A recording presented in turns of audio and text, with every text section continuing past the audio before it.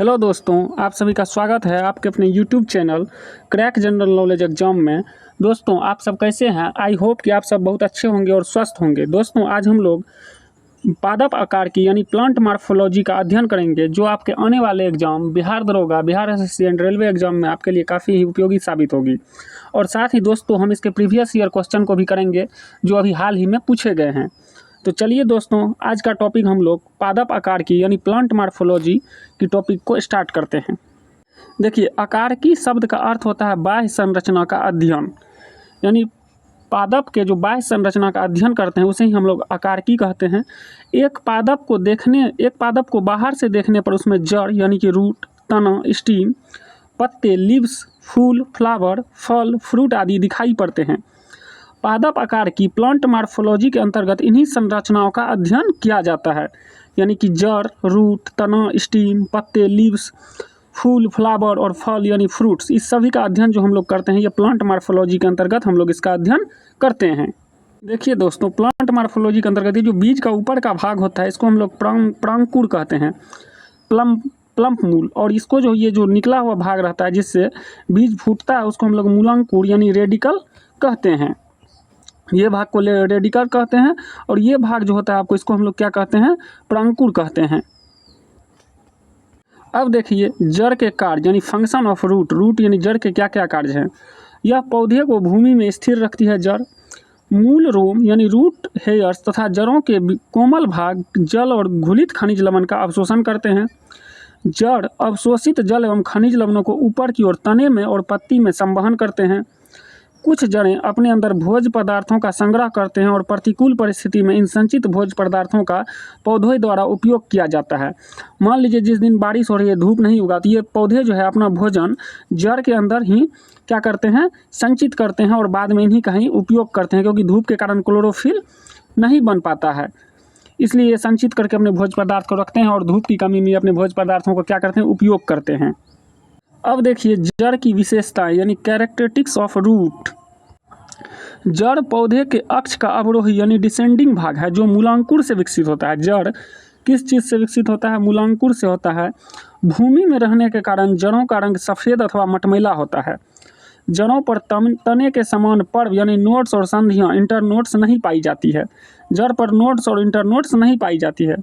पौधे में जो वृद्धि होते हैं वो 3 प्रकार से होते हैं। पहला होता है धनात्मक गुरुत्वानुवर्ती यानी पॉजिटिव जियोट्रॉपिक। दूसरा होते हैं धनात्मक जलानुवर्ती यानी पॉजिटिव हाइड्रोट्रॉपिज्म। और तीसरा होते हैं ऋणात्मक प्रकाशानुवर्ती यानी निगेटिव फोटोट्रॉपिक। ये पौधे जो होते हैं 3 प्रकार से आपको बढ़ते हैं। अब आइए हम लोग जड़ के प्रकार का अध्ययन करते हैं, टाइप्स ऑफ रूट। जड़ जो होते हैं मुख्य रूप से 3 प्रकार के होते हैं। पहला होते हैं मूसला जड़, जिसको हम लोग टैप रूट कहते हैं। दूसरा होते हैं रेशेदार जड़, जिसको हम लोग फाइब्रस रूट कहते हैं। और तीसरा होते हैं आपको अपस्थानिक जड़, जिसको हम लोग एडवेंटियस रूट कहते हैं।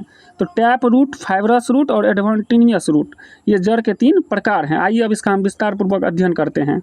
देखिए, टैप रूट यानी मूसला जड़ किसको कहते हैं?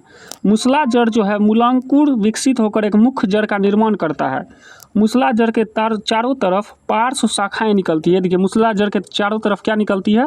पार्श्व शाखाएं निकलती है, जिन्हें द्वितीयक जड़ भी हम लोग कहते हैं। द्वितीयक जड़ों से पुनः पार्श्व रेखाएं निकलती है, जिन्हें तृतीयक जड़ कहते हैं। इस प्रकार ये सब मिलकर मूसला जड़ तंत्र का निर्माण करती है। यानी पहला जड़, द्वितीयक जड़ और तृतीयक जड़ सभी मिलकर जो है टैप रूट मूसला जड़ का निर्माण करती है। अब मूसला जड़ जो है अधिकांशतः आपको द्विबीजपत्री पौधे में पाए जाते हैं। मूसला जड़ किस में पाए जाते हैं? द्विबीजपत्री पौधे में पाए जाते हैं। मूसला जड़ के उदाहरण हैं आपको आम, मूंगफली, चना और मटर। ये सभी मूसला जड़ के उदाहरण हैं, क्योंकि ये मूलांकुर से विकसित होती हैं मूसला जड़ें। और प्राथमिक के बाद द्वितीयक, द्वितीयक के बाद तृतीयक, ये सभी मिलकर आपको मूसला जड़ का निर्माण करती है। अब देखिए, मूसला जड़ों के रूपांतरण यानी मॉडिफिकेशन ऑफ टैप रूट। कुछ पौधे में मूसला जड़ें खाद्य पदार्थ का संचय करके मोटी अथवा मंसल हो जाती है तथा इनकी आकृति भी बदल जाती है। आकृति के आधार पर मूसला जड़ को हम लोग विभिन्न नाम से पुकारते हैं या विभिन्न नाम से उन्हें जाना जाता है। पहला होता है तुर्क रूपी, जिसको हम लोग फ्यूसीफॉर्म कहते हैं। तुर्क रूपी जड़ मूसला जड़ें जो होती है यह मध्य में फूली हुई होती है तथा आधार एवं शीर्ष की ओर पतली होती है। देखिए मध्य में फूली हुई है और आधार और शीर्ष की ओर क्या है, यह पतली है। इसे ही हम लोग तुर्क रूपी मूसला जड़ कहते हैं या फ्यूसीफॉर्म टैप रूट कहते हैं। इसका एग्जाम्पल आपको मूली यानी रेडिस जो है ये तुर्क रूपी मूसला जड़ के उदाहरण हैं, रेडिस। अब देखिए आगे मूसला जड़ों के रूपांतरण के आगे हम लोग शंकु रूपी यानी कोनिकल टैप रूट के बारे में पढ़ेंगे।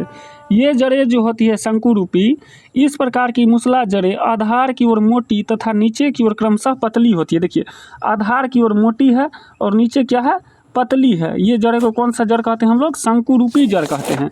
और इसके उदाहरण है गाजर यानी कैरोट। कैरोट किसके उदाहरण है, शंकु रूपी यानी कोनिकल टैप रूट के।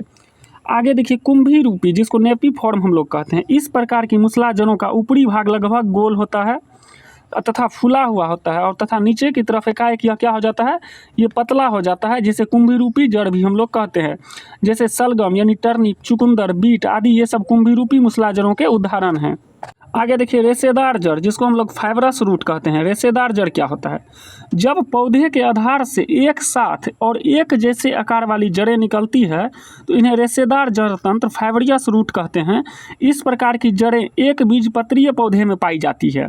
एक बीजपत्रीय पौधे में कैसी जड़ें पाई जाती है, तो रेशेदार जड़ आपको पाई जाती है। उदाहरण के लिए देखिए गेहूँ, चावल, घास आदि की जड़ें कैसी होती है, रेशेदार। गेहूँ, घास, चावल ये सब की जड़ें रेशेदार होती है क्योंकि इनके साथ ही एक जैसे आकार वाली जड़ें निकलती है। दोस्तों अगर यह वीडियो आपको पसंद आ रहा होगा तो मेरे चैनल को लाइक एंड सब्सक्राइब जरूर कीजिएगा। चलिए अब आगे टॉपिक को देखते हैं। अब देखिए अपस्थानिक जड़ जिसको हम लोग एडवेंटियस रूट भी कहते हैं। इस प्रकार की जड़ जो होता है अपस्थानिक जड़ मूलांकुर के अतिरिक्त पौधे के किसी अन्य भाग से विकसित होने वाली जड़ों को अपस्थानिक जड़ कहते हैं। जैसे पौधे के किसी अन्य भाग से हो जाते हैं। यह दो प्रकार के होते हैं। एक होते हैं आपको स्तंभ मूल जिसको प्रॉप रूट कहते हैं और दूसरे होते हैं अवस्तंभ मूल जिसको स्प्लिट रूट के नाम से हम लोग जानते हैं। अब आइए हम लोग स्तंभ मूल का अध्ययन करते हैं। स्तंभ मूल यानी प्रॉप रूट उसे कहते हैं जिस पौधों की शाखाएं से अनेक जड़ें निकलती है जो मोटी होकर भूमि में प्रवेश कर जाती है। इस प्रकार ये वृक्षों की लंबी एवं मोटी शाखाओं को क्या करती है, सहारा प्रदान करती है। इस प्रकार की जड़ें ही स्तंभ मूल यानी प्रॉप रूट कहलाती है। जैसे कि एग्जाम्पल के लिए देखिए बरगद। ये बरगद क्या होती है, इसकी बरगद की जड़ों से जो होती है तनों से अधिक मोटी मोटी जड़ें निकलती है और ये पौधे को यांत्रिक सहायता प्रदान करती है। और ये जो है कौन सा जड़ का उदाहरण है, तो स्तंभ मूल प्रॉप रूट के उदाहरण है बरगद के पेड़। दूसरा देखिए आप अब स्तंभ मूल यानी स्प्लिट रूट। स्प्लिट रूट जो होते हैं यह जड़ मुख्य तने के आधार के समीप से निकलकर भूमि में तिरछी प्रवेश कर जाती है और पौधे को यांत्रिक सहायता प्रदान करती है। अब स्तंभ मूल जड़ जो होती है यह मुख्य रूप से तिरछी प्रवेश करती है और पौधे को क्या करती है, यांत्रिक सहायता प्रदान करती है। अब स्तंभ मूल जड़ के उदाहरण है आपको मक्का, गन्ना आदि। मक्का, गन्ना आदि सब ये तिरछी भूमि में प्रवेश करती है, इसलिए अब स्तंभ मूल जड़ के उदाहरण हैं। अब आगे देखिए न्यू मेटाफोर। न्यू मेटाफोर यानी पेन्यू मेटाफोर किसको कहते हैं, राइजोफेरा, सुंदरी आदि पौधे जो दलदली स्थानों पर उगते हैं। इसमें भूमिगत मुख्य जड़ों से विशेष प्रकार की जड़ें निकलती है जिसे न्यू मेटाफोर कहते हैं। ये खूंटी के आकार की होती है। न्यू मेटाफोर कैसे होती है, खूंटी के आकार की होती है जो ऊपर वायु में निकल आती है तथा इनके ऊपर अनेक छोटे छोटे छिद्र होते हैं जिन्हें हम लोग न्यू मेथोडोस कहते हैं।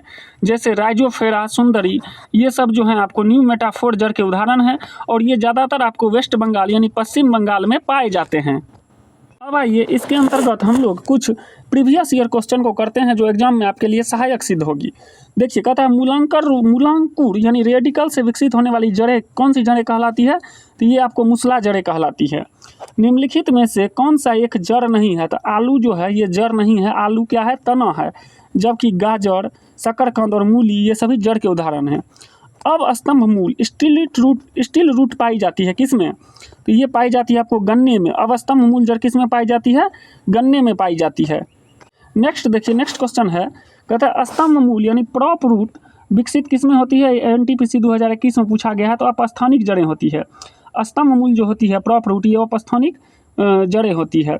कहता है स्तंभ मूल पाई जाती है किस में पाई जाती है, बरगद में। स्तंभ मूल किस में पाई जाती है, बरगद में। हम बताए थे आपको बरगद का पेड़ से जो जड़ इसको पौधे को यांत्रिक सहायता प्रदान करती है, इसे हम लोग स्तंभ मूल कहते हैं। जड़ें कहाँ से विकसित होती है? जड़ें विकसित होती है आपको मूलांकुर से। जड़ें कहाँ से विकसित होती है? मूलांकुर से विकसित होती है। शंकुरूपी जड़ का उदाहरण है तो गाजर। गाजर कौन सा जड़ का उदाहरण है? शंकुरूपी जड़ का उदाहरण है। निम्नलिखित में से कौन सी कुंभीरूपी जड़ है? नेपिफॉर्म है। ये आपको चुकंदर जो है ये कुंभीरूपी जड़ के उदाहरण है। तुर्करूपी जड़ क्या है? तुर्करूपी जड़ के उदाहरण कौन है? तो तुर्करूपी जड़ के उदाहरण है मूली। मूली जो है आपको तुर्करूपी जड़ के उदाहरण है। अब देखिए यहाँ पर कहता है निम्नलिखित में कौन सही मिलौन को निरूपित करता है? ये सीटेट 2021 में कोई पूछा गया क्वेश्चन है।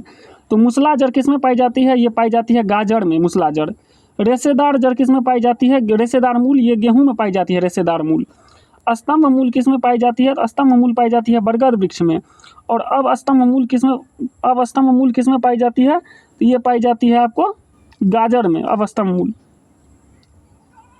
मूल पाई जाती है गन्ना में। अब स्तंभ मूल किस में पाई जाती है? गन्ना में। इसका उत्तर जो होगा वो आपको सही होगा 2 नंबर। यानी मूसला जड़ें पाई जाएगी आपको, मूसला जड़ें पाई जाएगी गाजर में, रेशेदार मूल पाए जाएंगे गेहूं में, स्तंभ मूल जो पाए जाएंगे ये बरगद के वृक्ष में पाए जाएंगे। स्तंभ मूल ये आपको गन्ना में पाए जाएंगे। अब स्तंभ मूल इसका जो आंसर हो जाएगा वो 2 का ए हो जाएगा आपको। चलिए नेक्स्ट क्वेश्चन देखते हैं। नेक्स्ट क्वेश्चन है निम्नलिखित में से सभी पौधों को छोड़कर रेशेदार जड़ किस में होती है? ये चुकंदर में होती है। चुकंदर को छोड़कर सभी में रेशेदार जड़ होती है। यानी मक्का, चावल और गेहूं ये सब में कौन सी जड़ें पाई जाती है? रेशेदार जड़ पाई जाती है। चुकंदर में रेशेदार जड़ नहीं पाई जाती है। कहता है अपस्थानिक जड़ के उदाहरण हैं। तो गन्ना, मक्का और बांस ये जो है आपको अपस्थानिक जड़ के उदाहरण हैं। नेक्स्ट क्वेश्चन है आपको पादप में जड़ की वृद्धि होती है कैसी?